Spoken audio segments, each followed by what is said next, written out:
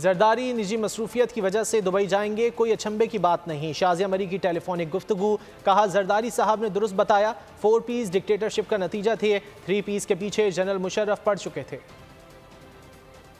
वो दुबई गए हैं अपनी कोई पर्सनल एंगेजमेंट के लिए, और वो पहले भी दुबई जाते रहे, इसमें कोई अचंभे की बात नहीं है। वो जल्दी वापस आएंगे। जरदारी साहब ने दुरुस्त फरमाया कि वो पाकिस्तान पीपल्स पार्टी पार्लियामेंटेरियंस के सदर हैं। ये एक इसलिए बनाया गया था कि पाकिस्तान में जो चेकर्ड हिस्ट्री है डिक्टेटरशिप की, ये उसी का नतीजा है जब 4 पीस बनी। और इसी तरीके से दूसरी साइड में हमारी 3 पीस है, और इसकी वजह यही है कि पाकिस्तान में जो डिक्टेटरशिप है ना, उसने इस मुल्क में सियासी पार्टीज को काम करने नहीं दिया। पाकिस्तान पीपल्स पार्टी को पार्लियामेंट से दूर रखने के लिए पीपीपी जो 3 पीस है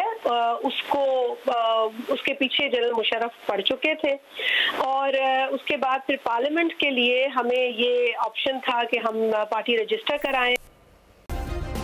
सब्सक्राइब करें और बेल दबाएं ताकि कोई खबर रह न जाए।